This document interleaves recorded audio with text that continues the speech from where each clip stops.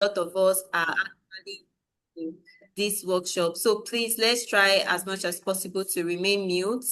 And of course, let's try for some of us that would like to be on a professional background or that would like to put on their cameras. Please, let's try to maintain a professional background. This program is currently being live streamed on our socials. And of course, you wouldn't want to see yourself being in a not so good background on our socials. So let's try to maintain a professional background. And also, I would also like to advise you to try to get your pen and paper, especially some of us that are looking forward to starting up their own businesses. Of course, partnership is a very powerful aspect of business growth. So you like to actually pen down some notes of some jottings that you need to make. And also, at the course of this program, we'll be sharing a survey. So do well to fill the survey to be able to have access to the recordings and the slides of this session. And of course, I could see that a lot of us are joining with their device. Please try as much as possible to rename your device. It will help us to know how to address you when we want to reach out to you as well. So now I would be handing over to Mr. Tobiloba, who will be introducing the speakers and of course who will be moderating the session. Mr. Toby, hope you are prepared for us. You can actually take the floor. All right, thank you so much, Chiamaka, for that. Good afternoon, everyone, and welcome to DGBS Business Leadership Excellence Program with the topic, The Power of Partnership, Advanced Negotiation and Strategic Alliance. Once again, my name is Tubloba Adedeji. I'm Process Manager here at Doshenty Global Business School, and it's my pleasure to moderate today's event, which brings together top personalities from prestigious industries. And I'm so excited about today's program. Our guest speaker for today is Dr. Oluyemi Adeosun, who is a top performing accomplished human resource executive and researcher with over 22 years of experience across high-profile industries, including power, oil and gas, telecommunications, fintech, broadcasting, ICT, real estate, advertising, academia, and consulting. He runs a YouTube channel with over 6,450 followers, focused on HR domain knowledge, and is also the pioneer of HR mentorship, a network of over 7,000 HR professionals. He is an awardee of the Faith Institute's prestigious Senior Research Fellow 2024 to 2026. He's also a certified career coach and holds a PhD in economics from the University of Lagos and MBA from Obafemi Awolowo University and an MSc in economics also from the University of Lagos. He is certified as SPHRI and GPHR and currently serves as Principal Advisor, Knowledge Management and Trust Leadership at ELS Energy. So like Chiamaka said at the beginning of this session, unfortunately, due to unforeseen circumstances, Dr. Oluyemi is unavoidably absent today. And in his characteristics, thoughtfulness, he has referred and endorsed Mrs. Irene Ekweme Obagu to represent him. So Irene is an accomplished senior human resource professional and personnel psychologist, academically rooted at University of Ibadan, where she earned both a bachelor's degree in guidance and counseling and a master's degree in personnel psychology. That foundation gave us something rare in HR, a deep science-backed understanding of human behavior, innovation, and potential, paired with strategic tools to act on it. With over 13 years of progressive experience across telecommunication technology, oil and gas, and facility management, and even professional services, Irene has built HR functions from scratch, partnered with CHROs on large-scale organizational transformations, And she has also helped to shape workplace culture where people don't just perform, but as well belong. She's a trusted advisor to executive leadership and practitioners who understand every business strategy lives or dies by its people strategy. Beyond corporate boardrooms, Irene is a dedicated mentor and volunteer leader, actively investing in the next generation of HR professionals through community building, facilitation, and thoughtful leadership. Warm, thoughtful, and impact-driven, Irene stands at the intersection of human connection and strategic leadership, reminding us all that the most powerful partnership begins with understanding people. So please join me to welcome Mrs. Irene Obagwu. Ma, we are eager to hear your insights on the power of partnership, advanced negotiation, and strategic alliance. Please, Ma, you have the floor.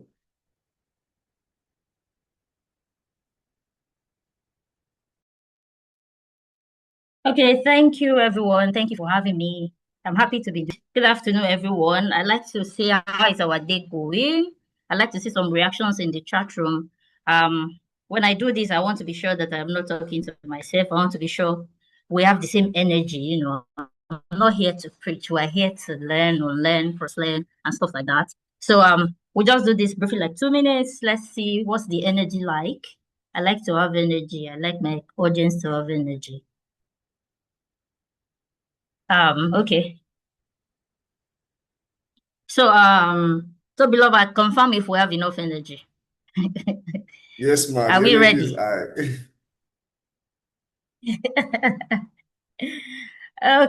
Okay. So one question to get us started. When you hear partnership, so beloved, please help us to read out what's going to be in the chat box. Again, I'd like to know that, okay, we are geared up for this. When you hear partnership, what comes to mind? What does partnership mean to you? Just one word.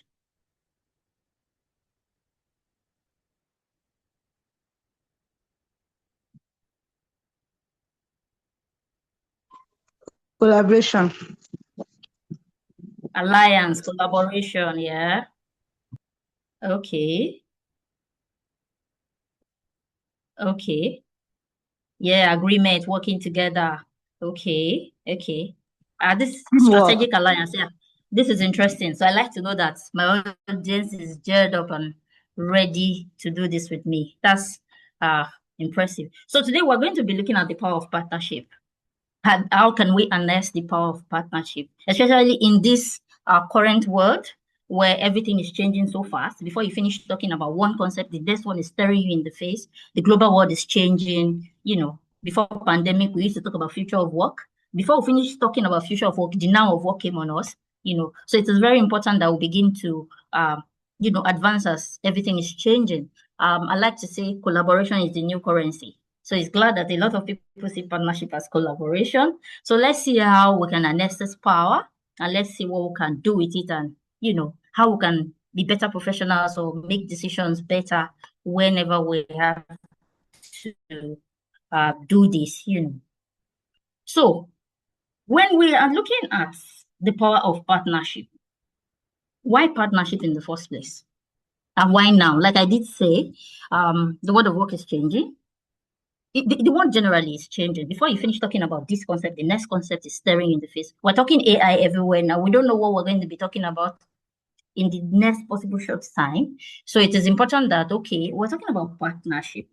Yeah. Why are we talking about partnership now? So two things: why partnership, and why are we talking about partnership now? You will agree with me that today's world, no serious institution grows without, partnering with others or coming together to, form alliance with people. You can't grow alone. That's just the truth of the matter. Nobody's an island. That's where we are now. And that's where we find ourselves. So today we're going to be looking at why partnership and why are we talking about it now. So one of the reasons why partnership and why we're talking about it now is because it is too complex to go alone. You can't do everything and you can't be everywhere. So if we don't look at why we need to partner, we may not know that we actually need to partner. You get the gist. So the thing is, why are we talking about partnership? Why in the first place should we partner? So if we need to partner because it is too complex to go alone. It's just like the body. We have different parts of the body. There's a reason why the hand functions the way it should function, the head functions the way it should function, the leg functions the way it should function. It's every bit coming together to form an holistic system. So it is very important that we come together. So we can't go it alone. Modern challenges they exceed any single organizational capacity. We must collaborate, we must partner. Collaboration, like I did mention when I start, is the new currency. You must learn how to spend it. You must learn how to have it. You must learn how to earn it. You must learn how to spend it. So it is very important. Another reason why partnership is important and why we need to look at it is because it helps us to speed and scale. When you go alone, or when you work alone, you're not able to cover much. As against when you have a task. For example, we have a task to build a house. You cannot be the one that will mold the bricks, bring the cement, bring the iron. Everybody has a part to play. The bricklayer is going to come. Those that are going to do the plumbing will be there. And before you know it, we can agree that, okay, in 1 month, we want to finish building this house. As against one person doing everything. You don't even have the time, So it's important that we partner because it helps us to speed up and scale fast. Because the truth of the matter is, every organization is evolving, except you want to become a dinosaur. So it is important that our organizations are able to scale. And in scaling, there will be other things that we need to do that we probably cannot do by ourselves. Sometimes we can do it by ourselves, but because we need to save time. But then it's not everything we also can do by ourselves. So it is important that partnership is something that is always at the back of our mind. Partnership is something that we should constantly look forward to and look at, So that is very, very critical. Can you confirm that my network is good, please? Hello? Yes, ma'am. Perfect. Yes, ma'am. Yes, Thank we you. can Thank hear We you. can hear you. Okay, thank you. All right, thank you, because I need to be sure. Okay, so partnership helps us to accelerate entry into it. If we're able to partner, we're able to know how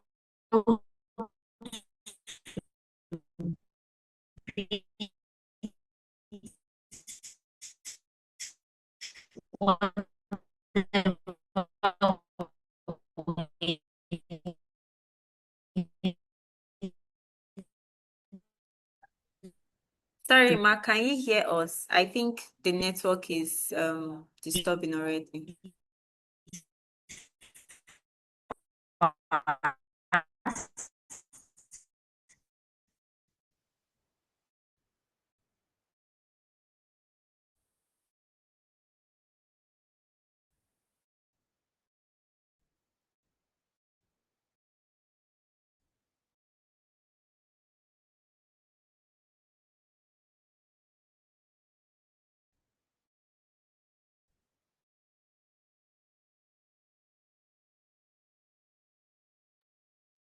Okay, Is it? so please let's stay on the call. The network is bad on her end, but I'm sure that she's trying to resolve it and she'll be back live shortly. So let's please hold on.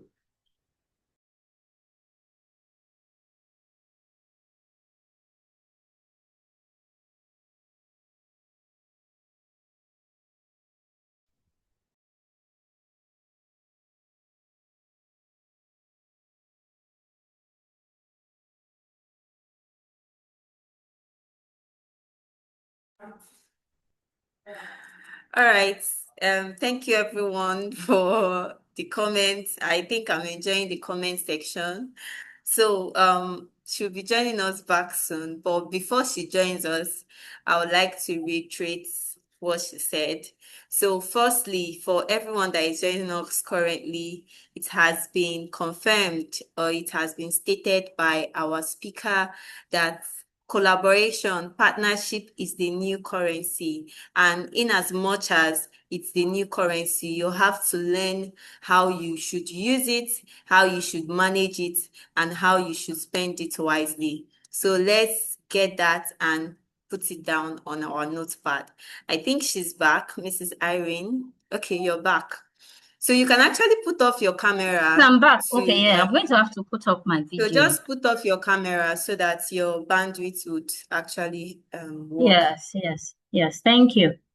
Okay, so back to where we were. So I was saying, partnership helps us in ecosystem thinking. And for us to go fast and go far, it is important that we collaborate like we have established. Collaboration helps us, to do more. It helps us to cover a large capacity of our objectives, our goals, and it also helps us to scale so that we can meet up with the speed of time. That takes us to another of the reasons why partnership is very important and why we are looking at it now. So it helps us in ecosystem thinking. Like I did say, we're not an island in whatever industry we play. Whether you are in tech, you're in telecommunications, you're in real estate, you cannot exist alone. Even if you are the pioneer or the initiator of that industry, at some point you're going to have competitors, because you're going to have people who have learned from you or who have seen what you do and are interested in what you do and do it better. Now, it is very important that we pay attention to partnership, not panic because, we have competitors. No, we should always find a way to partner with people that can help us go far and help us to scale, Another reason why we're looking at it now is because it is strategic. It's not ceremonial. It's not a ceremony. It's not something that you just want to do one off and just move on with it. No, it's something that is integral to your growth. It's integral to your result. It's integral to how you succeed, So it helps us to grow. It helps us to know what's out there, how it is being done. A good example, again, is when we're having some issues to deal with in HR. You want to find out how your partners are doing it. For example, you have high rate of attrition. I'm going to give an example. In one of my previous lives, right, in the tech, you know how tech guys are now. They jack by anyhow, anytime. They don't have time.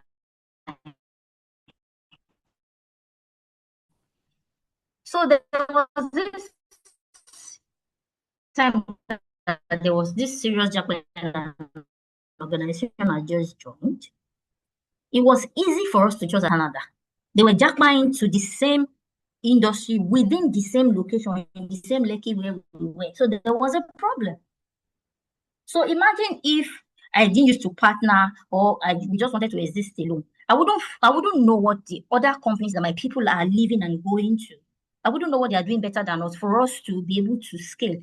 Because at that point, it felt like our organization was a training school, where people build skills. It was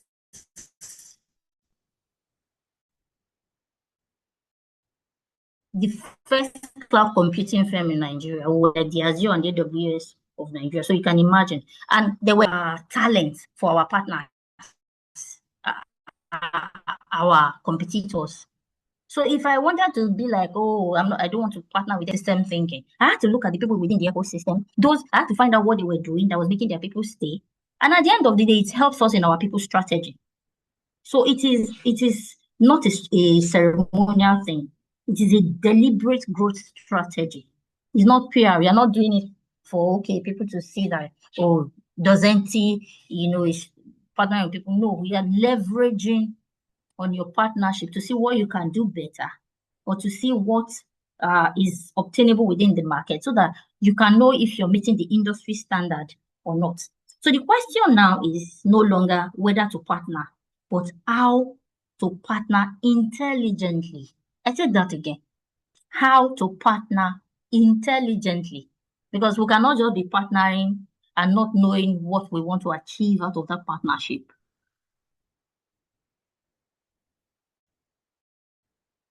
Like I did mention, it is a strategy. It is a growth. That is very important in the scheme of things. Okay, so partnership, like I did mention, is growth, not a soft skill.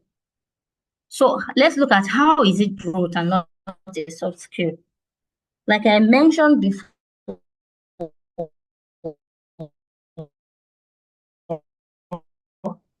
if you want to go fast and go far, you don't go alone. Partnership as a ceremony. They use it to enter the market faster, scale products further, and build capabilities they would have struggled to create alone. So an example of what I'm saying is, for example, if we look at Microsoft and OpenAI, they are a very strong example of partnership. Microsoft described the relationship first as a multi-year partnership, supported by a $1 billion investment in 2019, and then expanded in 2023. So imagine if they were not open to expansion, or they were not open to partner. Imagine how obsolete they would have become now in this Gen AI that we are. Look at what happened to BlackBerry, how they were deprived of, handsets back then.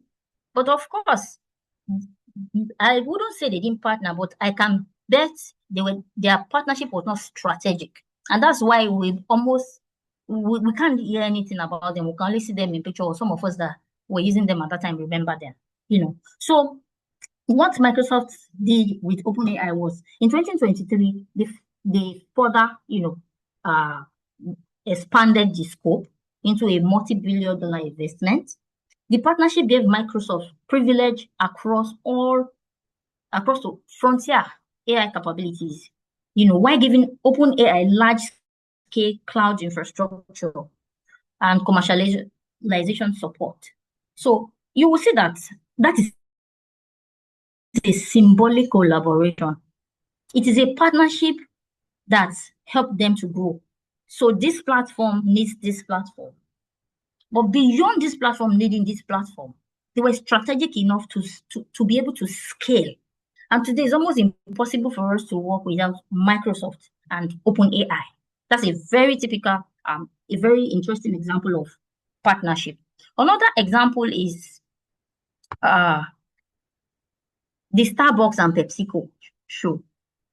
If you Google these things, you see how they made a lot of impacts from their partnership. The same principle in consumer goods. Starbucks has said that it's not American coffee partnership with PepsiCo created in 1994 helped define ready-to-drink coffee category and continues to drive category innovation. This is a practical example. Imagine if they did not partner with PepsiCo, I'm sure they would not have even had ready-to-drink coffee. And for right now, they're almost everywhere in America. Everybody knows them. The partnership helped them to sort of think outside the box, think about what they can offer to their consumers. If they did not partner with PepsiCo, they might not have even realized that they could do more than they were doing.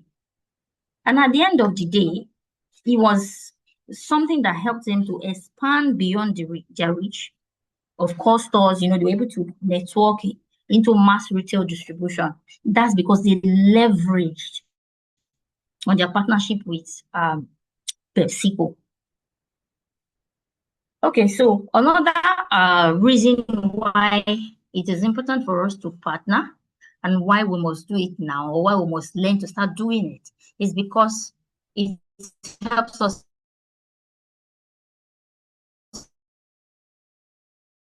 in negotiation. We move from claiming to create value. We're going to look at how negotiation is done traditionally and the negotiation. So traditionally, positional and competitive, you want to tell people, yes, from your university, you want to claim authority, you want to claim, yeah, you're the first person to start this, and this is what you offer, and this, what are you doing differently? How much can I get is what is in the mind of traditional negotiation. Okay, for example, I want to get some amount of money from this. That's what we are looking at. We're looking at how much we want to make. We're not thinking of any other thing. So it's a win or lose for me. Well, if I get it, fine. If I don't get it, fine. It's also short-term focus. But when we're negotiating in the traditional negotiation, we just want to achieve result now. Okay, this traditional negotiation would pressure or dominate. Yeah, we want to show that, yeah, we're the one in charge. This is the reason why you should come to us. We have the best. Now, let's look at what an advanced negotiation would be like. So an advanced negotiation is interest-based and collaborative. For example, Docenti wants to partner with maybe an organization to send their, let's say, for example, Docenti wants to partner with, okay, I don't want to really call any organization now. Let's say they want to partner with an organization that has a human resource department of about 20 team member, So the negotiation is going to be interest-based and collaborative. Yes, you have to get them to be interested in what you're offering, and you're also going to have to collaborate with them to drive their business. Okay, I am offering you guys this HR program, and this is what you get from it. You have to communicate business value. If they engage you to train their HR department, you are collaborating with them to meet their result at the end of the day. You're collaborating them to meet their figures. There has to be you have to communicate to collaborators. You're collaborating to help them drive their business while you are also making profits. You can see that you will not come and claim that, yeah, you are the best. Come and tell me you are the best, but you have to give me a reason why. Beyond you being the best, what will I get from it? Then you should be able to think, what can we create together? And that's where bespoke trainings or programs come from. When you're able to sit with an organization and you're able to look at, okay, what can we create together? And the organization tells you either from their training need analysis or from their performance review results, they have realized or discovered areas where their workforce or needs scaling or upscaling. You are able to look at, okay, in that case, you will not insist on, oh, this is the program that you run. You will now be able to create a bespoke program for this organization that you're talking with, that you're collaborating with. So you guys are creating together, and that's where the collaboration comes in. Value expansion. When you collaborate together, you're able to expand on value. The organization gets value, and you are also able to get value. Value in the sense that you're able to scale your operation, scale your curriculum, scale your products. The organization, on the other hand, is also able to scale their workforce, optimize performance, meet business goals. So at the end of the day, it's a win-win as against the traditional negotiation that is a win-lose. In traditional negotiation, well, if you get it, you get it. If you don't get it, you don't get it. But in the advanced negotiation, you are able to make it a win-win for both collaborators. So it builds a long-term relationship because the organization that you have done this for, you have collaborated for sure, if they got value, remember, it's a win-win situation. You have created a win-win situation. They definitely will be other business opportunities, collaborations, referrals, and all that that will come with it. So it's a long-term relationship. Then there's also firmness with flexibility. Yes, you're an organization, you have how you operate, but you're also flexible enough to be able to create bespoke programs, bespoke ideas, bespoke solutions to help the person or the organization or the people you are collaborating with. We're going to look at a real example again. Let's see what we mean by the traditional negotiation and the advanced negotiation. So advanced negotiations ask not only what can I win, but what can we build together that neither side can create as effectively on its own.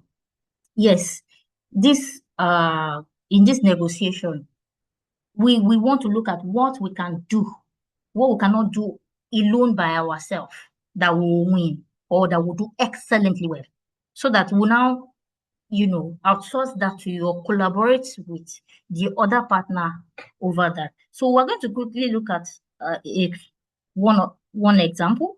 So an example is the Pfizer and BioNTech collaboration, where they were clear, like it was an example of value creation through negotiation.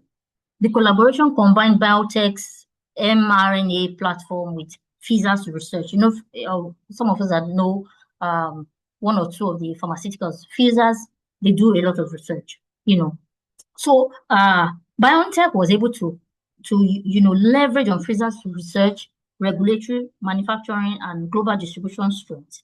They explicitly collaborated to leverage BioNTech platform and Pfizer's broad expertise and its global outreach to accelerate development and worldwide access. That is advanced negotiation in practice. Each side brought a different asset.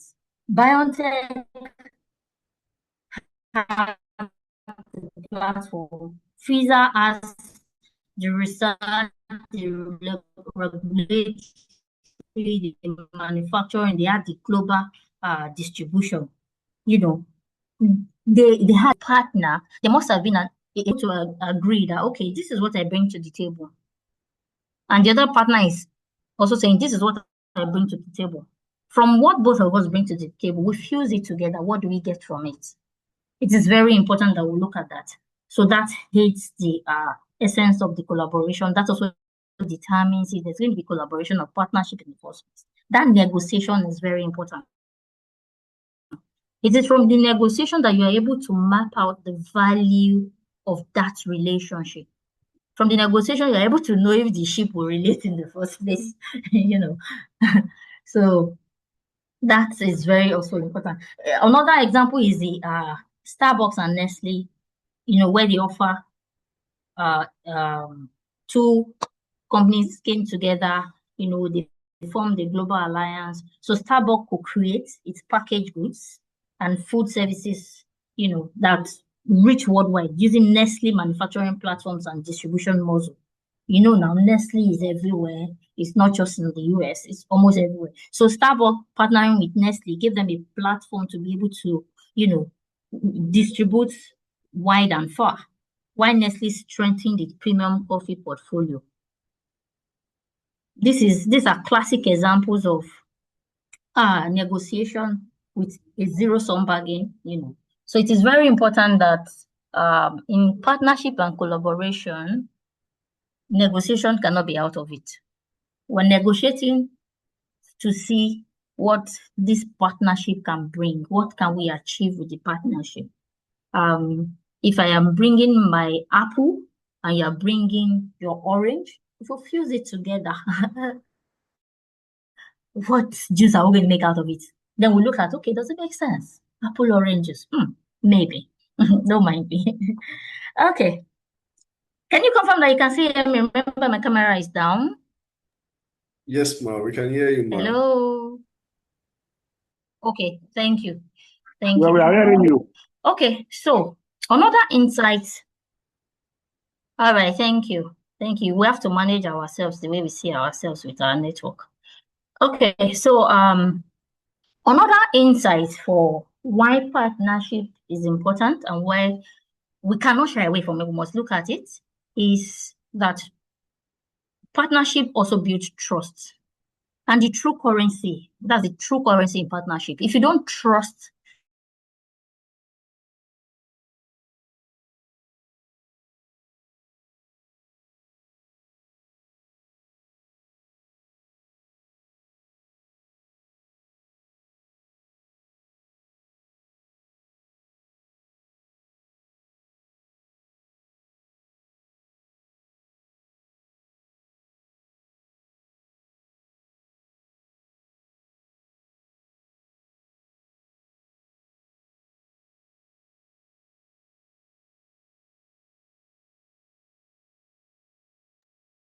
Okay, so hello, ma.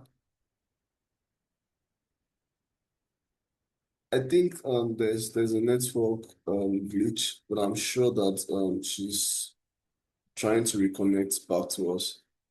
Please let's hold on. She'll be back with us shortly.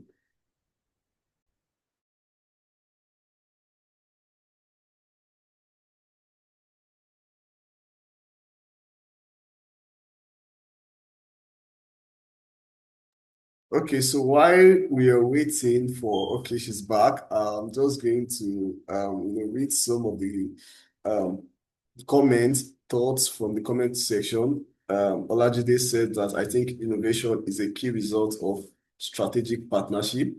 And Olajide also said that's probably the reason why BlackBerry is probably what BlackBerry lacks. Mrs. Irene, you're back with us. Are you ready Yes, I to am. I was continue waiting now? for you to finish your thought. All Okay, right. yeah, I like So that. That's very correct. So it is what makes people not to partner sometimes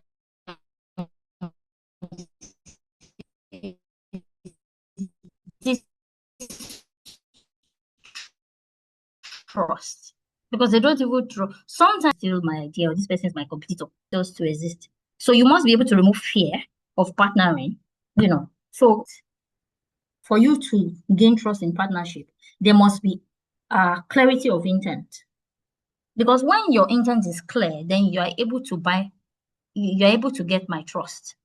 You must be explicit about what you want. If I am reaching out to you for partnership, I should be explicit about what I want. If you're reaching out to me for partnership, you should be explicit about what you want. So that is why partnership is a win-win, like I did mention. It's not a win-lose. So yeah, we're coming together. What do we want to achieve, or what can we achieve with this coming together? Then to gain trust, there has to be consistency.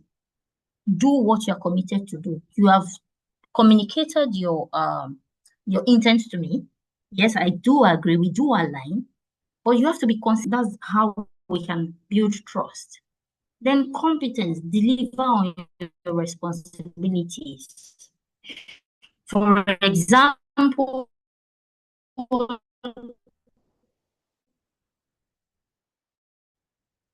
you're a training institute.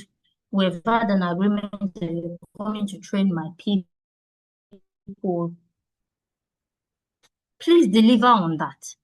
You're an organization that, okay, that has made the next person to come and partner with you, because at the end of the day, it's a leverage for everybody. A is leveraging on B, B is leveraging on A.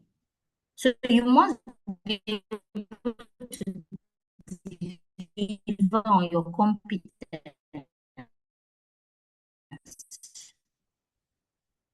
which has made me to want to partner with you in the first place.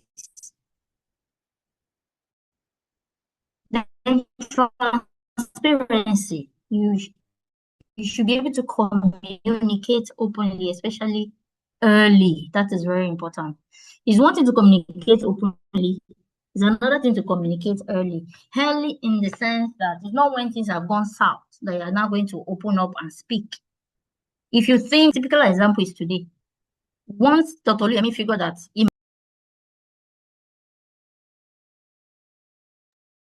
wow. And we're just enjoying Mrs. Irene.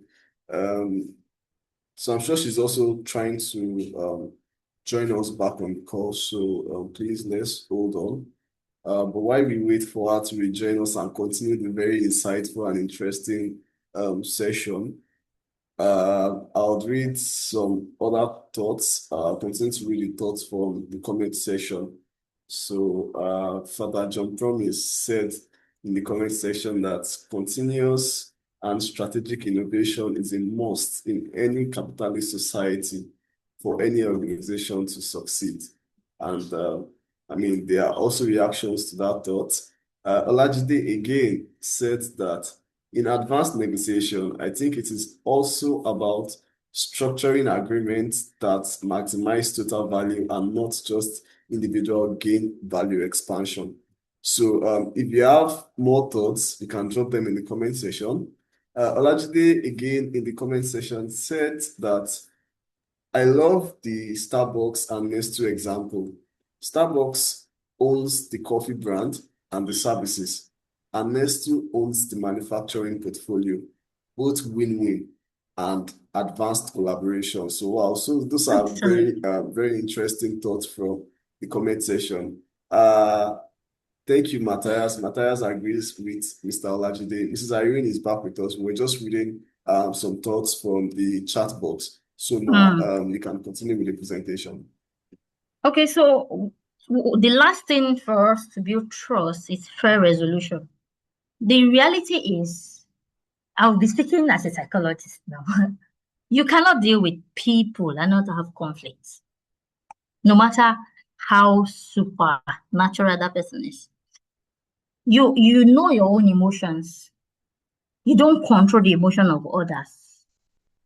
You can only control your emotions. That's when you're able to decide how you react to the emotion of others. So how you handle conflict is very important. Conflict resolution. So for you to build trust, you must handle conflict with integrity, no bias in your resolution. I mean, whatever it is should be with integrity. So if I know that you communicate with intent, you're consistent, you're competent, you're transparent, and of course, you are fair, why won't I trust you? So those are very, very, very key ingredients. It's like the ingredient that you need to mix together to make a fantastic cake, you know.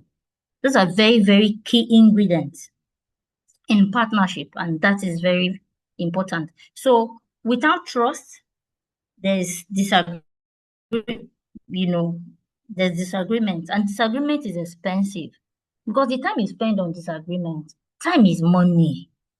Sometimes if you don't have disagreement, you see how you move swiftly, you know. But when you spend time on disagreement, it's expensive. But with trust, even difficult negotiation stays workable. Because you have built trust, even when there seem to be like you're changing terms, we're able to walk around it. What DNA is not, you're not like that. That's not how you do, you know. So that's very, very important. Those are very key currencies to partnership, you know. Again, we're going to look at one example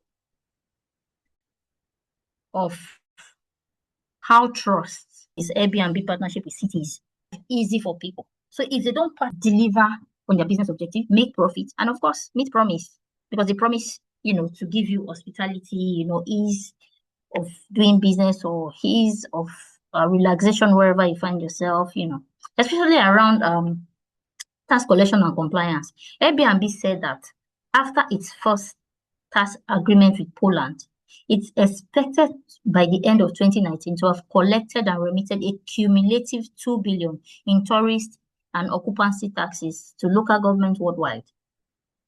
That matters because the platform could not scale sustainably in many cities through confrontation alone. It needed trust, building agreement with regulators and municipalities, you know, so that they are able to know that, okay, we can let these people do business. Because at the end of the day, as they are doing business in your cities, they're helping you to generate revenue. So your partnership with them is helping your city and helping them. Yeah, they're making their money.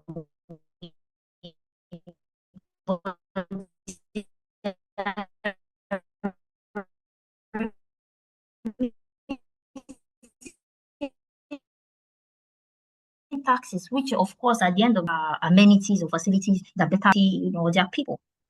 You know, the Microsoft and OpenAI that we looked at, when Microsoft explicitly described the 2019 partnership as founded on shared values of trustworthiness and empowerment. In strategic alliance involving sensitive technology, trust is not a soft extra. It is part of the operating foundation. Because some of us still have this skepticism about our data, our information being on the internet. But hey, the reality is AI has got to stay. So imagine if Microsoft is not able to trust OpenAI for them to collaborate and operate, we would not be enjoying what we're enjoying now. That's the truth. Now we do things that should have taken days in hours. That's because of that collaboration, that they're coming together. And the only reason why they're able to do that is because of trust. They have built trust. Okay, this is what you say you are going to do, and that is what you have done. That is very, very critical and important. So another insight we have to look at of why we need to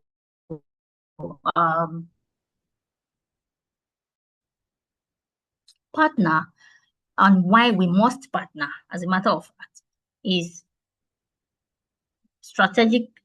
Why strategic? Why it is important that trust helps us to build partnership.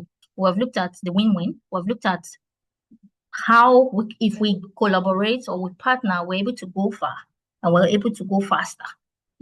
So now we understand that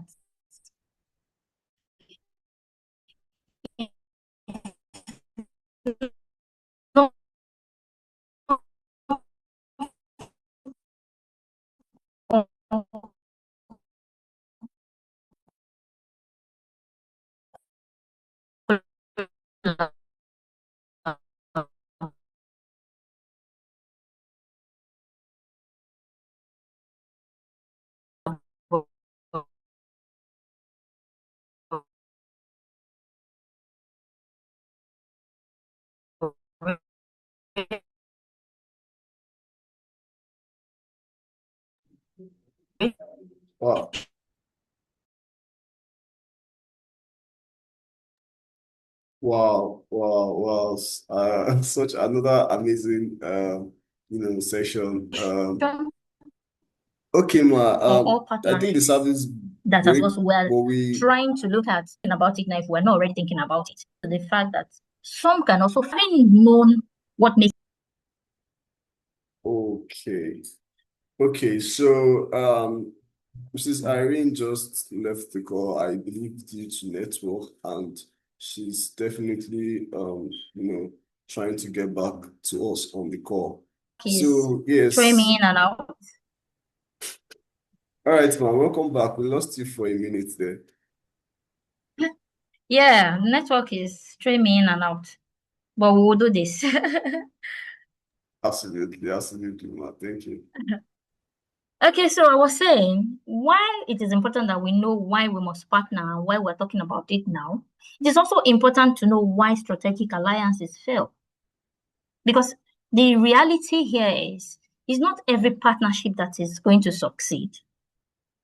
So if we're saying it is important to partner and we're saying collaboration is the new currency, we must know those things that could make it fail so that we can know how to guide against it, how to go about our design and our framework or our strategy.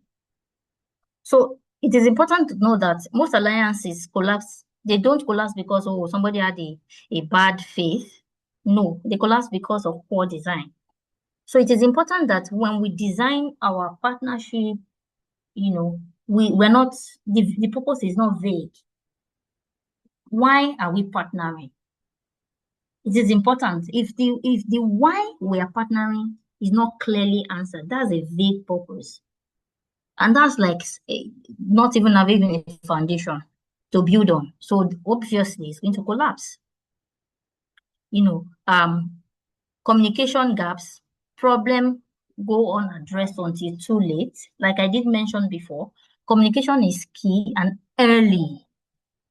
I like to emphasize early, It's one thing to communicate at the right time and clearly. It's another thing to communicate clearly, but of course your communication is dead on arrival because the deed has been done. So it is important that problems don't go unaddressed until it is too late. Then weak governance is another reason why strategic alliance will fail, where you don't have clear decisions, you don't have clear rights or accountability, who takes decision when what has to be done, what is the right of A over B, where does the right of A stops and the right of B begins?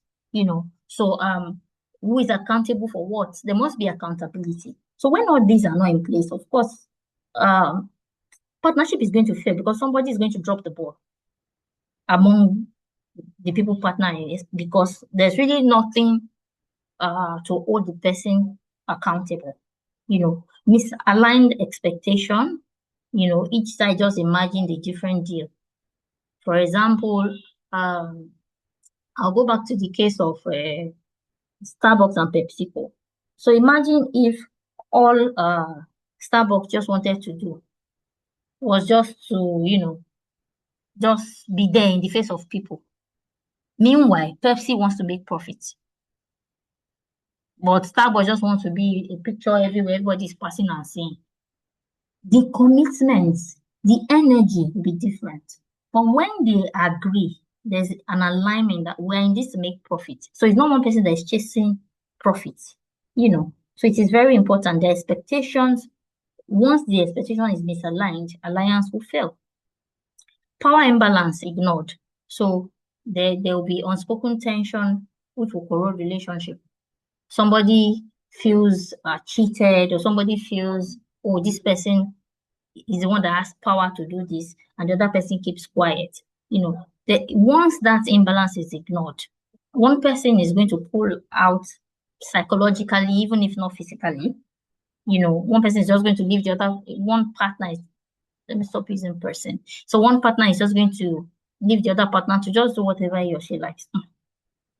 She, you're the one that has the power, Then culture clash. Value and ways of working never bridged. So if I'll give an example. So sometime last year I ran some programs. It was virtual, but the organizers were in Mexico. It was a global HR mindset program. Now, my team members were in Canada, Botswana, Mexico, Netherlands, and we had group work that must be done together. So imagine, and our, of course, time zone issue. So imagine if we didn't settle the culture clash. Nigeria, we looked at culture mapping. So we were able to realize, okay, in this climate, this is what works. In this climate, this is what works. And we're able to, not have a culture clash. So we understood that, okay, this was temporary. If I had to respond to you at 1 a.m., I understand the reality of your own time zone and my own time zone, So they must be able to, the values and ways of working, once it bridges, of course, a strategic alliance is going to fail. So that takes us to the next one. So we have, I like us to be practical and look at, okay, what we are saying, so that it's not just us looking at theory, and saying, okay, if you do this, you will get this. If you do that, you'll get that. So that's why we have these practical examples. So a classical example to this is the Daimler Chrysler. Rata referred it as a failed merger. When covering later litigation, an Harvard Business Review noted that the two organizations never integrated into anything close to cohesive whole, that many of the expected synergies went unrealized. That is exactly the lesson here. The idea may look compelling on paper, but weak integration design, culture clash, and poor governance can destroy value. Like I did say, we must be able to integrate our design. Yeah, you have a different design, you have a different idea, I have a different idea. We must be able to integrate that into a design for partnership and collaboration to work. We must be able to look at where the cultures clash. I even went far. Another typical example of culture clash in Nigeria would be you working in the West and those in the core North. You must be able to, and you want to fix meeting for on Friday for maybe like 12 to, their prayer time. You must be able to look at where the culture will clash so that you guys can incorporate that in the design. And of course, that leads us to the governance framework. Once you have a poor governance, value, it will destroy value, because in governance, you're talking how things should be done. Another contract, we looked at how a merger failed, right? Because we're looking at what makes partnership to fail. So another contrasting example is the Renault-Nissan, which deliberately created governance mechanisms. Rather than relying on goodwill alone, alliance document described the cross-shareholding model, the jointly owned Renault-Nissan BV and Amsterdam, and later convergence plan across major functions. That is partnership architecture, not partnership rhetorics. So in this case, we've looked at partnership that failed, and we've looked at the partnership that put into consideration all the elements of a partnership that must work, and we've seen the result. At the end of the day, what their partnership was partnership architecture that even organizations had to copy them to be able to partner successfully. So we are not coming to talk rhetorics here about partnership. So most alliances do not collapse because people shook hands in bad faith, like I did mention. They collapse because governance, role clarity, integration discipline, and culture were under-designed. So it is important that in designing, all these elements come together and you're able to design a strong partnership that would survive. So we're looking at building partnership on fit, not sameness. So it's not about, it's because we're the same thing, we're partnering. No. The stronger partnership are built because we are identical. Not because we are identical, but because we are useful to each other. Remember at the beginning of our conversation, we said we're going to look at what are you bringing to the table? And okay, what am I going to put on the chair? Because we need a table and chair to sit together to be able to do this. So, we're looking at what do you bring? What is our shared value? Then from all the examples that we've looked at, we'll see that they brought technology, agility, talent, innovation, For example, Microsoft and AI, BMW and Toyota, Microsoft and OpenAI gave us cloud and AI. BM and Toyota gave us hydrogen RD. IKEA and Sono gave us design and audio. We enjoy the design and, of course, the audio that come from those platforms. Pfizer and Beltec gave us reach and science. So Pfizer has the reach, but BioNTech has the science. So collaborating together, they are doing great in the medical ecosystem. So that is very important. It's very important that we know that we don't not build partnership because, we're the same thing. No, we build partnership based on the usefulness of each other. How useful am I to you? How useful are you to me? What value do you bring? What value can I get? And putting this value together, does it make sense?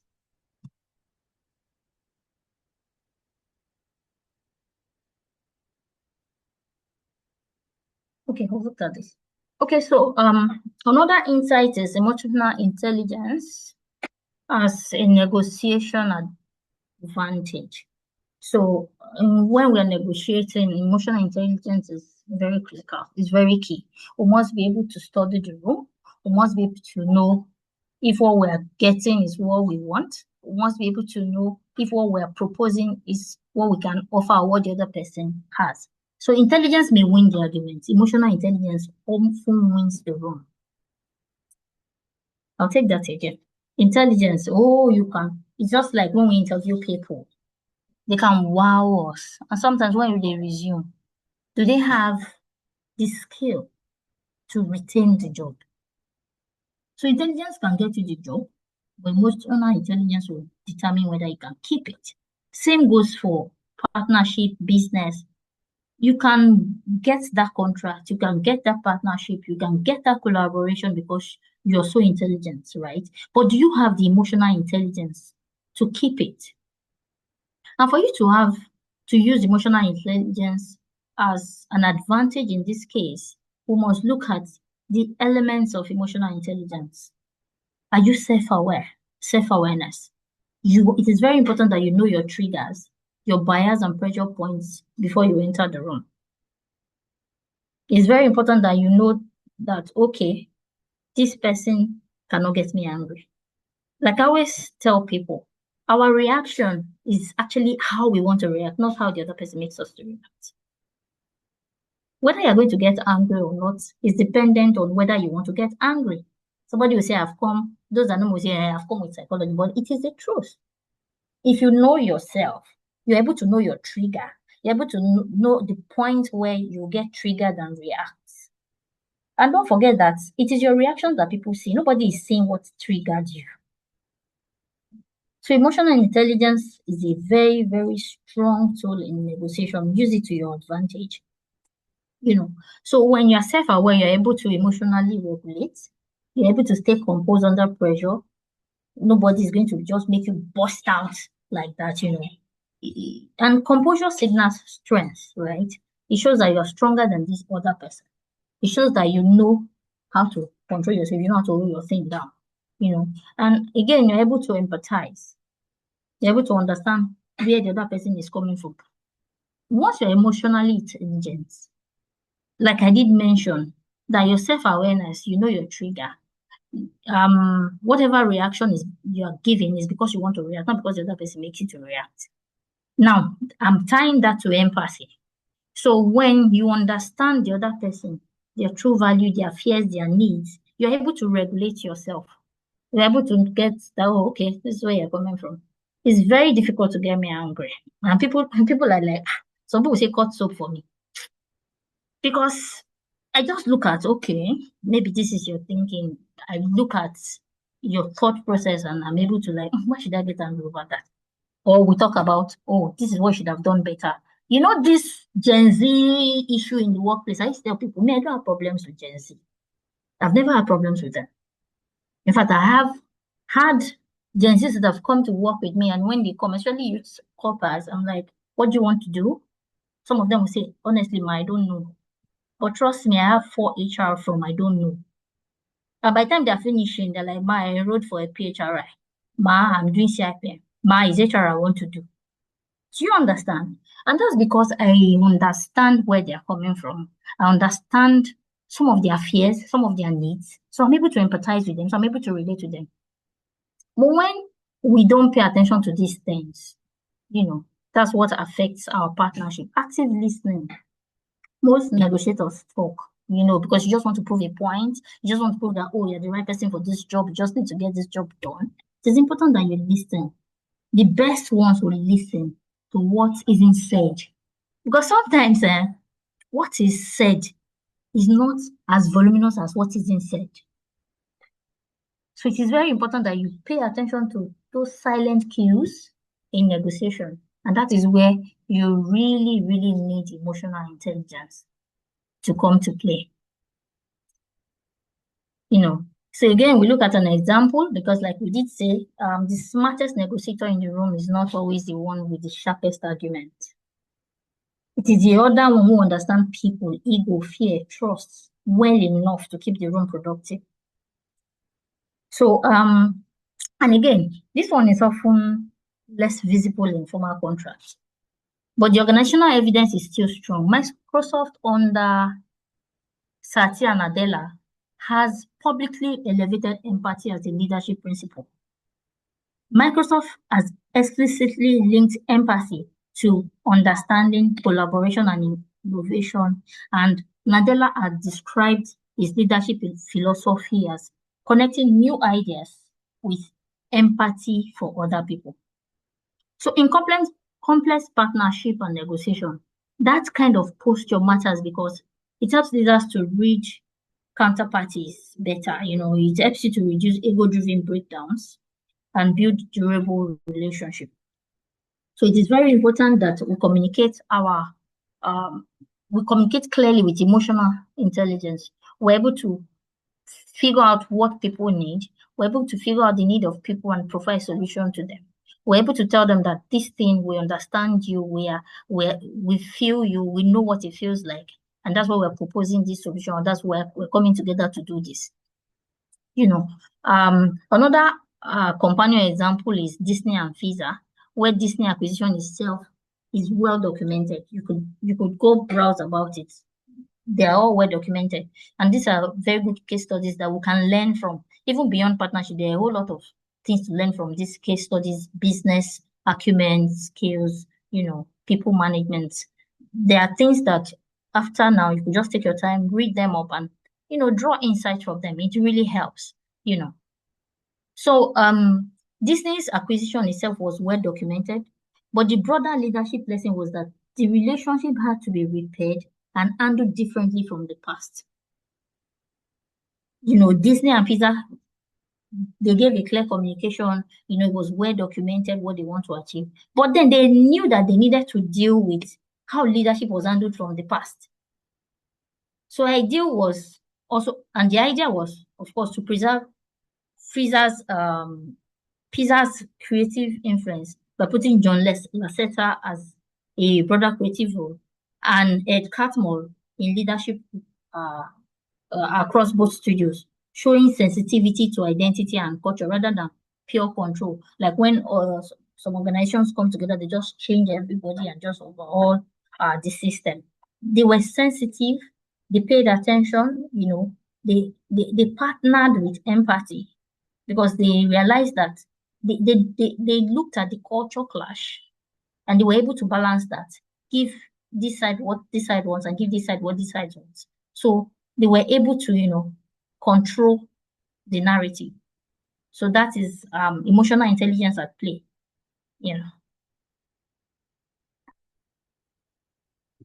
Okay.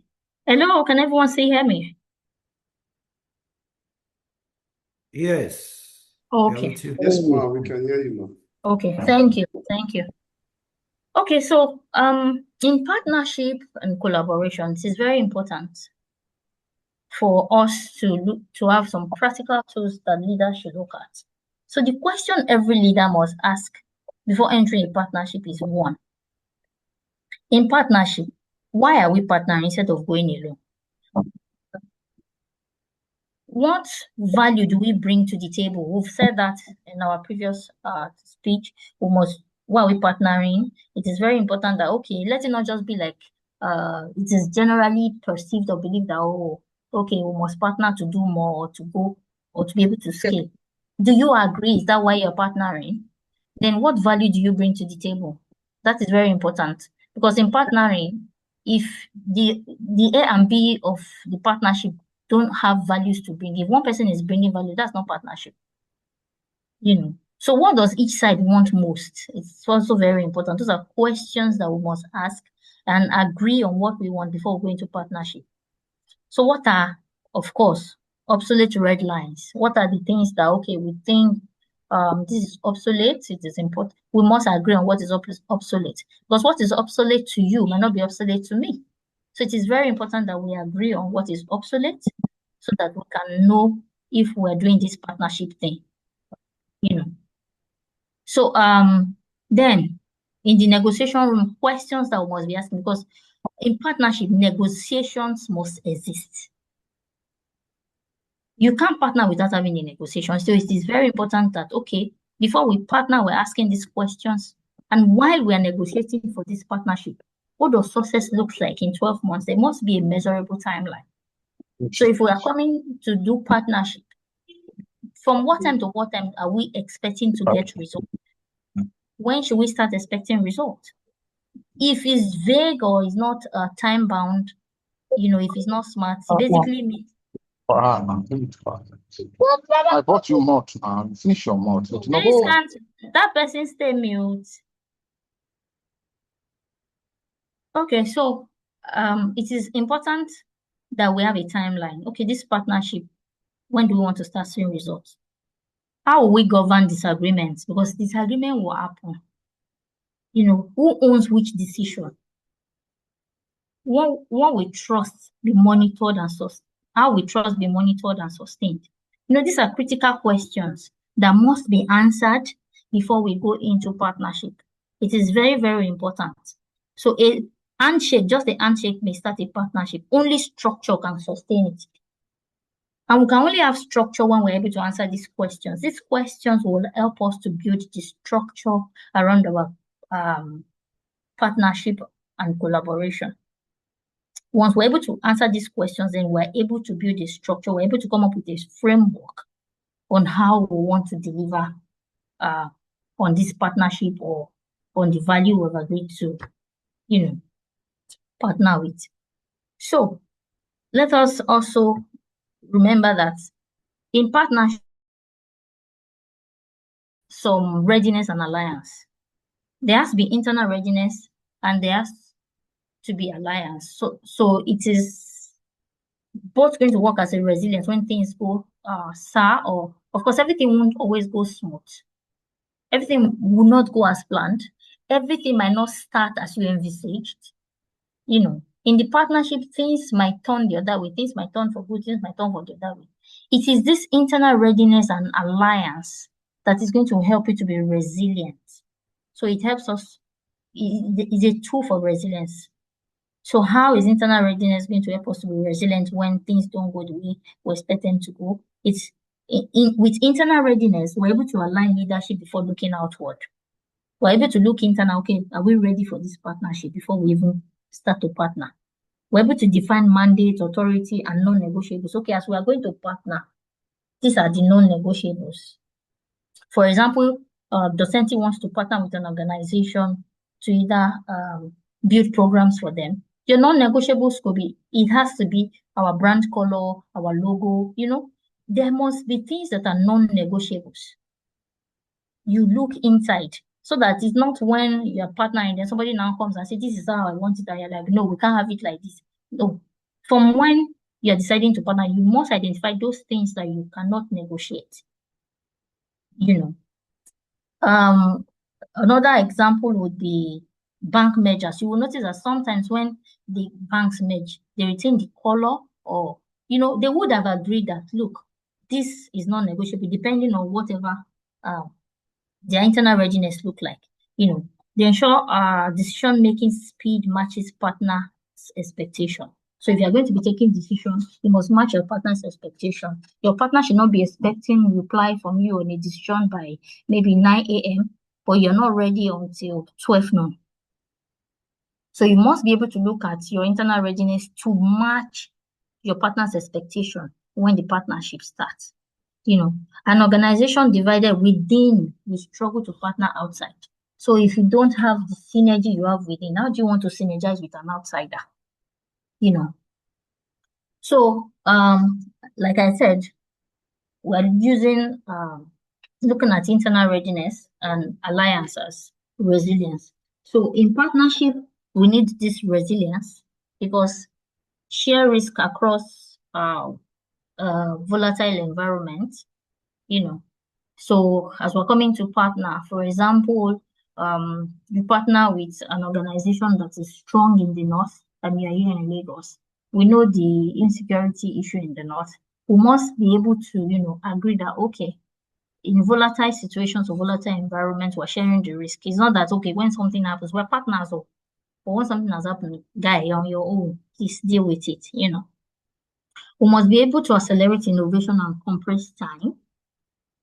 We must be able to deepen market reach cost effectively. As much as we're partnering and want, to expand, of course, at the end of the day, you're partnering for growth. We must be able to be cost effective in our approach, in our strategies, Another thing to look at is overcome infrastructure and capability gaps, because there would be infrastructure and capability gaps. If you're partnering, for example, an example that's coming to mind is Providence Bank and Unity Bank. You can imagine how much structure Unity Bank has in terms of physical structure as against Providence. They must be able to overcome that gap for them to, come to this partnership. Because if you're not resilient, you can just give up along the line and say, this stress is too much. In turbulence, partnership is a buffer against fragility, yes? So when there's turbulence, your partnership should be strong enough. Your partner should be strong enough either to give you support, or even if it's not direct support, there will be networks they can leverage on, systems they can leverage on. Another example of internal readiness and alliance as resilience is the Pfizer and BioNTech food science. you know.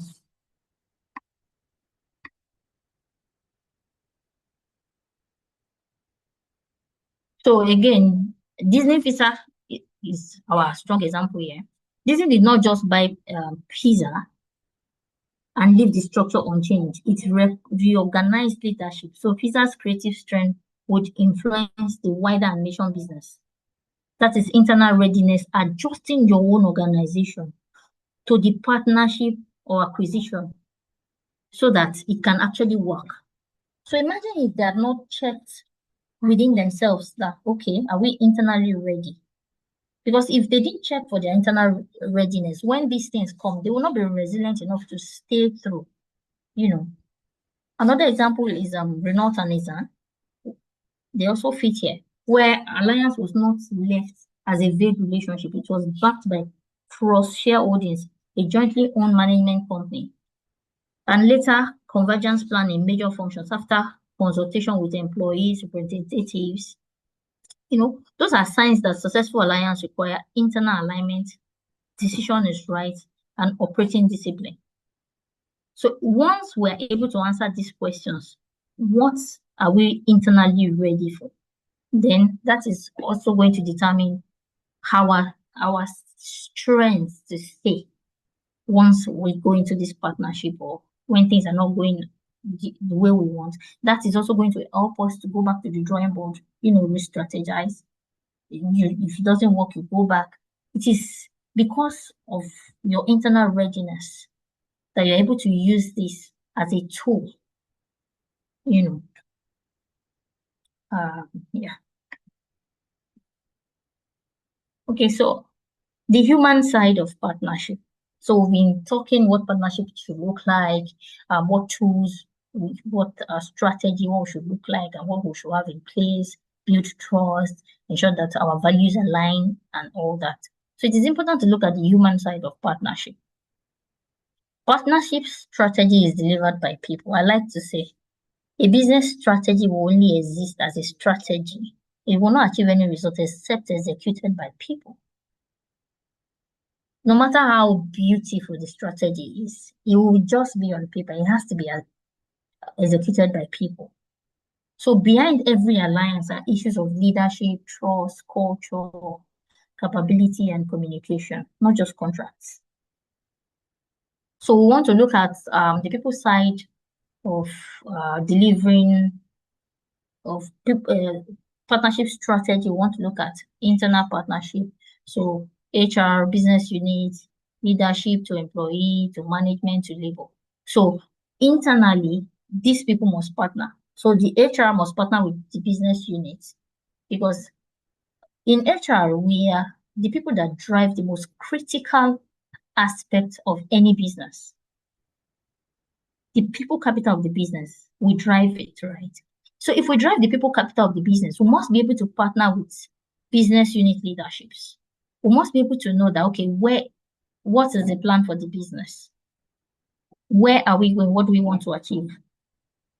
And that is how we're able to, you know, plan have our people strategy, employee management. This is when we understand the business, we're able to cascade the business objective to individual deliverables that we're able to now realize that, okay, and that takes us to labor. That's when we're able to know, okay, these are the people we need to do A, B, C for us to achieve Z.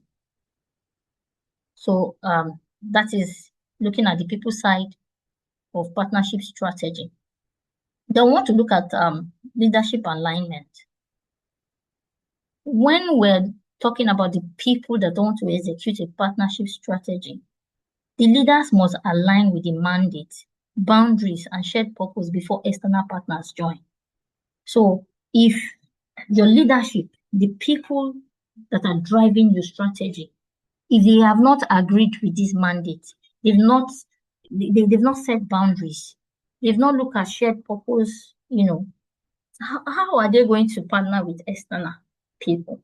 So it's when they're able to align, when leadership is able to achieve this alignment, then we are sure that, okay, we are ready to partner. Culture bridge, like we did mention, is very important. We must be able to bridge cultures. The people, you know, must identify cultural gaps early design rituals and norms that both sides can own. Okay, the core north, this is what is obtainable there. The south, this is what it is. The north, the southwest, this is what it is. We must be able to identify those gaps and close them in our designs. You know, capability building here, of course, negotiation and alliance skill. We must be able to negotiate. We must be able to communicate clearly. We must be able to, align with people. Those are skills that our people must develop deliberately. They're going to go into partnership. Not that you just put somebody that does not even have the capability to withhold pressure or to withhold a conversation, or somebody that will just throw tantrum at every little thing. You must be sure that your people are ready to partner before you go into partnership. Stakeholder communication, manage narratives proactively. Silence breeds rumor, clarity sustains truth. Because if your people do not know how to communicate strategically, because there are stakeholders everywhere, your people must be able to manage stakeholders. They must be able to communicate with stakeholders. So it is important that you pay attention to your people, before you design a partnership strategy. Of course, conflict architecture, like I did say earlier, as long as you deal with people, you cannot eliminate conflict. There will always be conflict of interest, conflict of ideas, conflict of culture. Conflict will appear somewhere. So we must be able to ensure that conflict does not lead to friction. So it is important that our people are armed with, skills that help them navigate these things. Pre-agree on how dispute will be handled before they arise. Process matters more than intent. Because sometimes when we react, it is the process of the reaction people are saying. Nobody knows your genuine intention for the reaction. So that is very, very, very important that we pay attention to the people's side of partnership so that we can deliver and achieve the partnership goal at the end of the day. Again, in looking at people's side of the story, we also have a common example. So, certain times partnership becomes a resilience mechanism, like I said. And for it to become a resilience mechanism, we must have ensured that our people are capable of handling these things, so that can help our organization to share costs, accelerate learning, and respond faster to disruption. Again, we look at Disney and FISA, where Disney did not just buy FISA and leave the structure unchanged. It just had, leadership influence where they were able to give to this region what this region wants. They were able to realize, okay, the people in this side will require this person. And, at the end of the day, they were able to achieve something reasonable. If they had not paid attention or used their people to the best of their, if they had not paid attention to the human in their partnership strategy, they might not have been able to do that. But they understand the human side of their organization and the people they'll be dealing with. So they were able to put the right people in the right place so that they can handle these issues. Okay, so I think we're wrapping up. The leaders who will stand out are not simply those with the most capital or the loudest visibility. There'll be those who know how to, one, bridge the gaps from what we have said, align interests, negotiate wisely, convert relationship into results. So in all that we've been saying, if you're going to succeed, does not mean because, you have the most capital or you're the loudest visible person. Your partnership, collaboration, or alignment, everything is going to succeed when you know how to bridge the gaps, align interests, negotiate wisely, and convert relationship into result. And that is the only time that the power of partnership is going to be felt. The power of partnerships lies not merely in coming together, but in coming together with clarity, trust, discipline, and shared purpose. So this is how alliance moves from conversation to transformation. So thank you, everyone. That is the end of my slide. So I would like to take your questions, contributions, and I'm handing over to Toby Loba. Hi, Thank Toby you Loba, are you very there? much, Ma. Yeah, thank you You're very welcome. much, Ma. Wow, wow, wow, wow, wow. Such an insightful, thought-provoking, informative, and engaging session we had there. Thank you so much, Ma. So we are moving You're welcome. into the question and answer session. Attendees would ask their questions and would help us to provide more clarity to the questions. So I would like to be fast with this session or the segment of the session. So if you have a question, please Yeah. raise your hand. I'll call you up and then you ask your question. Thank you so much, ma'am.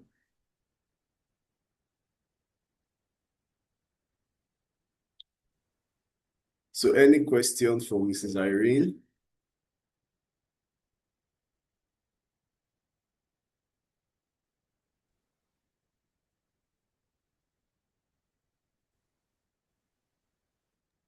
Okay, so before the questions, there are some insightful comments on the session. Sorry, on the chat box. I would like to take one. Emeka Mba mentioned that it's quite a thought-provoking session. Another illustration of an enduring partnership is the relationship between the Coca-Cola Company, American, and Nigerian Bottling Company. The former owns the trademark, while the latter provides the manufacturing and bottling We're here to learn. There might be operations. something we need to. I'm really hear what you're saying. Yeah. I'm not really your lead. Can you still hear me? Yes, we can hear you, We can Chemika. hear you. Yeah. Oh, all right. So another person mentioned that I also think government regulatory changes could play a part. For example, new laws, compliance requirements, or licensing rules, or increased cost of operations or restricted activities. So thank you everyone for your participation. And of course, they are looking forward to your questions. And also, yeah, we have dropped the attendance on the chat box. Please do well to fill the attendance box. All right, thank you very much, Chiamaka. Thank you very much, Mrs. Irene. Back to audience. If you have a question, please raise your hand so I can call you up and we can have your question.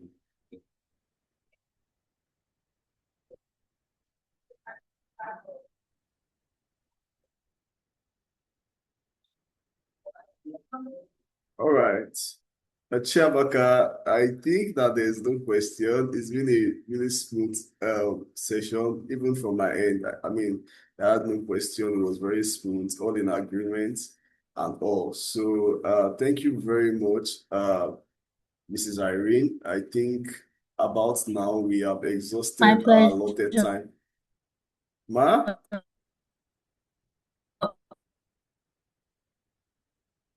Yes, I think we've exhausted our allotted time, but then Always. I don't know if there are any few words I of said my pleasure encouragement. always. Yes, I don't know if there are any few words of encouragement from you, Ma, to us before we wrap up the session. Okay, so like we've all said, just to wrap up the session, the only words of encouragement I have is that collaboration is the new currency. Don't be scared to collaborate. But in collaboration, it must be clear. What are you joining?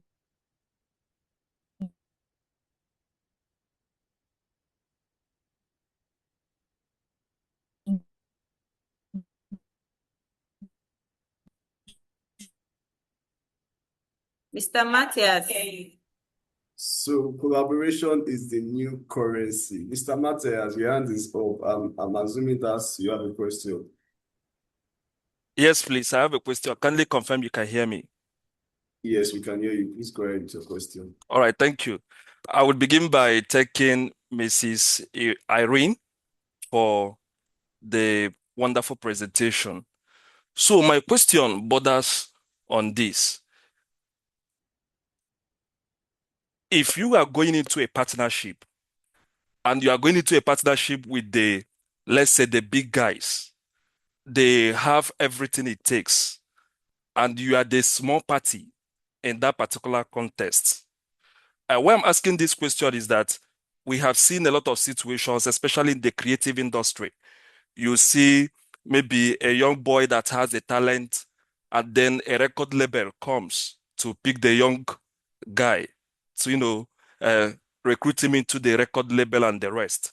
So you see them at a particular point, this young guy becomes the face of the label, and he or she now wants a new signing. By that I mean a reconsideration of the initial agreements before he joined that particular record label, for instance. So in a situation where you are the small party and the big guys, they have been into these partnerships, they have been working with a lot of people, and you are naive, you don't know how the game works. How are you going to position yourself if you're going into this kind of environment? You are naive, you haven't entered such system before, and you're working with people who are more experienced, who have resources than you. And what they are bringing to the table, because of where you are, you are not seeing the whole picture, and you agree to the terms of the partnership. Is it ethical? Is it right if along the line I decide that a new consideration be made for me in that particular partnership? So I don't know if you can get a picture of what I'm trying to say. How can somebody position himself if you are going into a partnership with people who are more experienced, who are more resourceful, who have everything than you, and you are inexperienced and they can't see the whole picture? How can you position yourself in order to make the best out of that particular partnership? And secondly, is it ethical if into the partnership I decide for a rearrangement of the terms and the conditions? Okay, Matthias, I'll try and answer your question. Okay, you are asking the fear of the person you're partnering with stealing your idea, or the fear of the person you're partnering with not delivering on what you guys agree on. Is that correct? Yes, it's part of it. Okay, so now that takes us to what we talked about, internal readiness. In internal readiness, you must be able to align leadership within yourself before going outside. You must be able to agree who takes what decision. You must have defined your mandate. You know, what are your non-negotiables? If you don't have non-negotiables and you go to that table, whatever is served on that table can throw you off. So that is why you need to agree on your non-negotiables. What is going to be your guidance? How will you build your governance discipline in this partnership you are going? What is going to govern your decision? At what point are you going to agree that, hey, we cannot do this? Do you understand? So if you have done internal readiness properly, you will know whether to proceed or not from the negotiation. When you guys start negotiating, you already did your internal readiness. You already know that, okay, these are non-negotiables for me. So if you guys had the negotiation and you agree on your non-negotiables, and the people that they don't keep to the agreement, they've broken trust. Of course, it will be right for you to rewrite agreement or revisit the conversation. I don't know if that answers your question. I'm actually running out of time. But please confirm if that answers your question. I have to be in another meeting soon. Yes.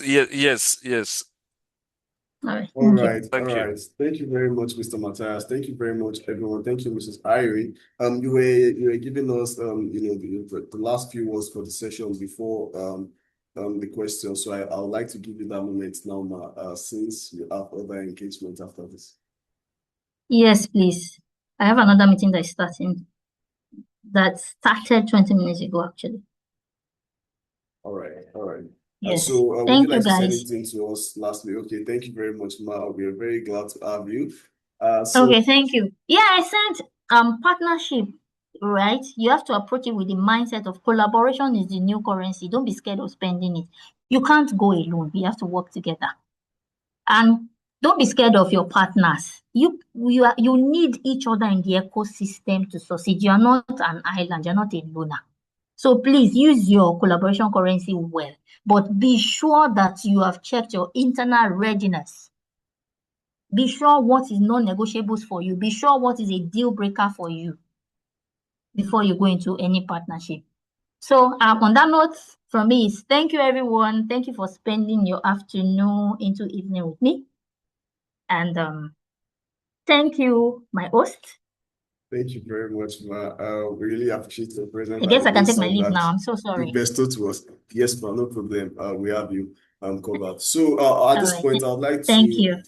At this point, I'd like to invite Mr. Matthias, who will talk to us about the programs that we offer here at Tushenty Global Business School. So definitely, you want to know, where all these roads are coming from. We want to know more information about the programs that we offer here at Tushenty Global Business School. And Mr. Matthias is here to tell you about that for us. So, Mr. Matthias, please, you have the floor. All right, thank you. Permit me to go ahead because of the bandwidth of my network. I would like to appreciate everyone on the call, the moderator, Mr. Tobiloba, our presenter in absentia already, Mrs. Irene, our students and the prospective students who are on the call. Thank you for availing this wonderful time to join us in this conversation. I believe it was very insightful. This is an opportunity for us to take advantage of the last days of the admission process.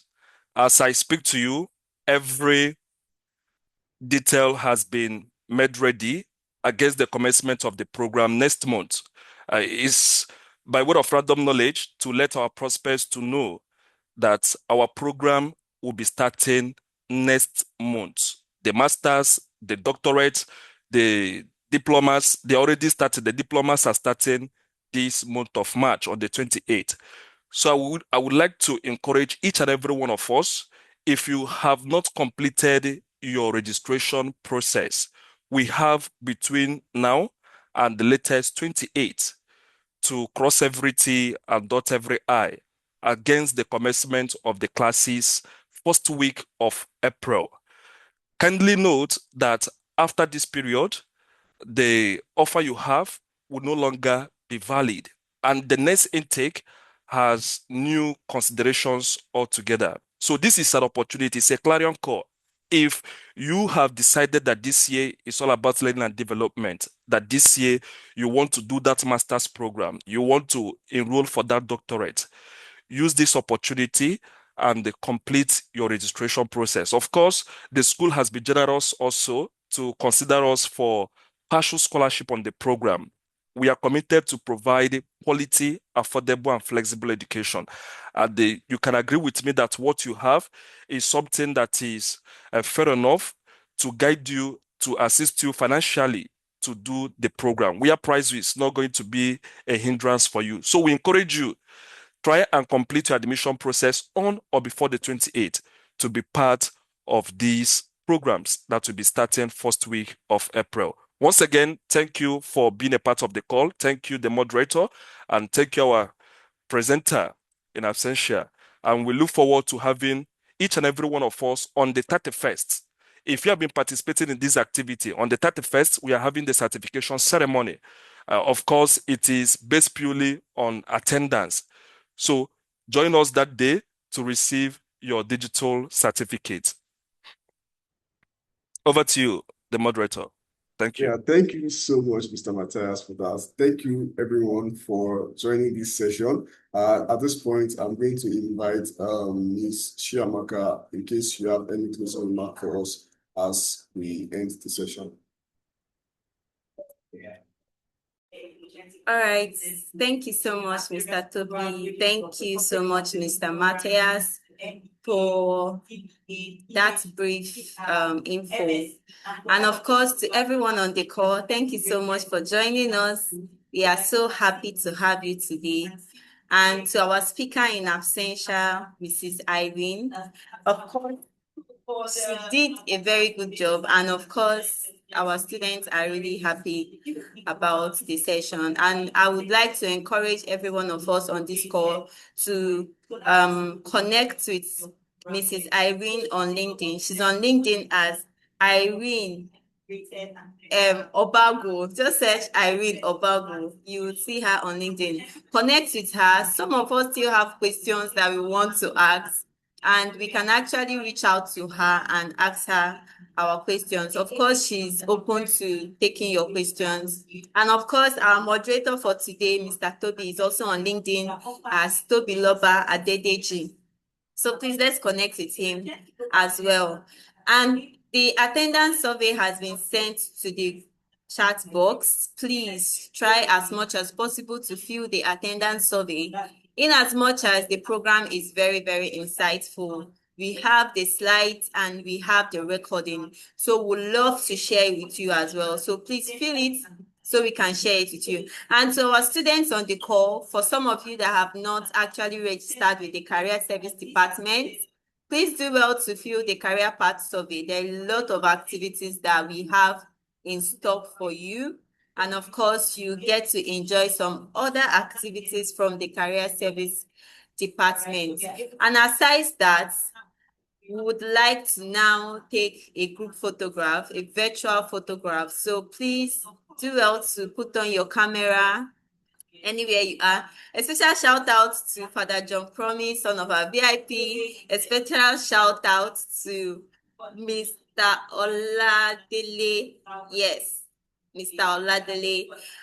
Mr. Mark Okoje, a special shout out to you and all the VIPs on the call. Mr. Olajide, thank you so much for your comments. Mr. Mark Abbey, thank you so much for joining us, and every other person. Please do well to put on your camera and please smile. Let's put on a sweet smile. And yes. Now we have some persons now there. Chidima, Destiny, please just put on your camera. Thank you so much. And of course, please do well to let us know, the media team, please do well to let us know when you have taken enough pictures. Yeah, Olabisi, we are still waiting for you to put on your camera. Thank you so much. Yeah, we all are looking so beautiful and handsome virtually.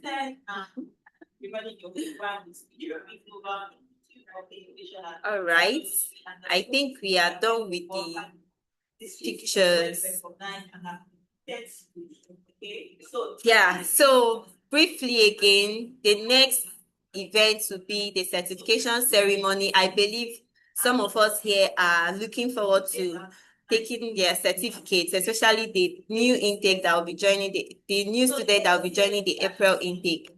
So just join us next week. Of course, you have your certificates ready, and I know it's going to be a very exciting experience. So please do well to join us. We'll also send out the link for you to join, and I believe a lot of us will be receiving their certificates from this session. Thank you so much once again, and on behalf of the executive principal of the Chenti Global Business School would like to thank everyone for joining us, and of course, see you on the next one.